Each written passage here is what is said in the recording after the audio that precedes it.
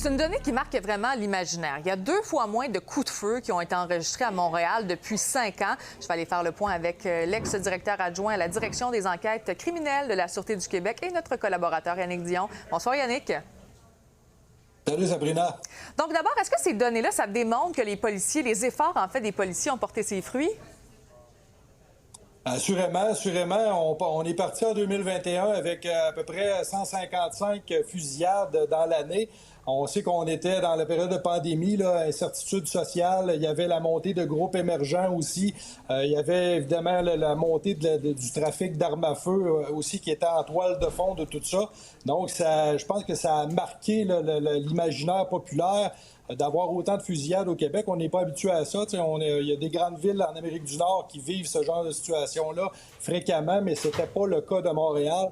Donc, heureusement qu'avec toutes les mesures qui ont été mises en place par le gouvernement, on peut penser à la stratégie Centaure, aux investissements d'à peu près 250 millions de dollars qui ont été faits par les 2 paliers de gouvernement. Ça a permis aux policiers de développer un paquet de mesures comme l'équipe intégrée au niveau du trafic des armes à feu, le Centre québécois de dépistage des armes à feu, des projets comme Aurora que le SPVM a mis en place récemment. Donc, un paquet de mesures autant au niveau répressif, préventif et au niveau du renseignement.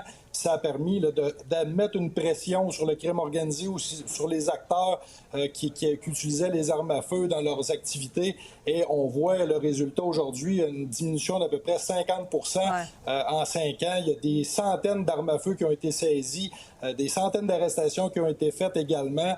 Je peux vous dire, j'étais aux premières loges, j'étais là à ce moment-là comme responsable du crime organisé. Les efforts que les policiers ont mis dans ça, c'est assez incroyable. La mobilisation, le partenariat, la collaboration qui a été mis en place pour être capable de mettre de la pression puis mettre un terme à ce phénomène-là. On en voit les résultats aujourd'hui, puis on ne peut que remercier les policiers puis les acteurs gouvernementaux qui ont fait tout le travail qu'il y avait à faire pour protéger la population. Mais qu'est-ce qui faisait je me disais, qu'est-ce qui faisait qu'à l'époque, on utilisait des armes à feu et qu'on allait donc tirer, par exemple, chez des gens pour passer un message? Pourquoi, là, on a été capable d'enrayer la problématique, bien qu'il y en ait encore des coups de feu, mais comment qu'on a fait pour changer un peu le modus operandi, peut-être, de ces gens-là? Bien, on a vu que le crime organisé, à travers les années, utilisait beaucoup des jeunes, passait des commandes sur les réseaux sociaux, les réseaux pour aller recruter des jeunes pour commettre des crimes parce que les peines, évidemment, sont moins élevées que pour un jeune mineur.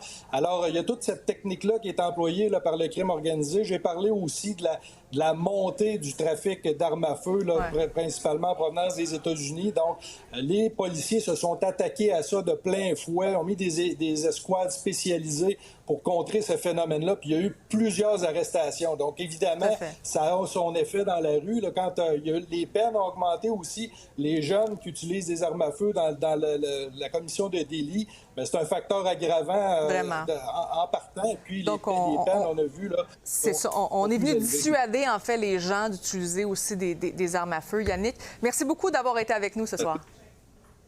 Ça me fait plaisir. Bonne soirée.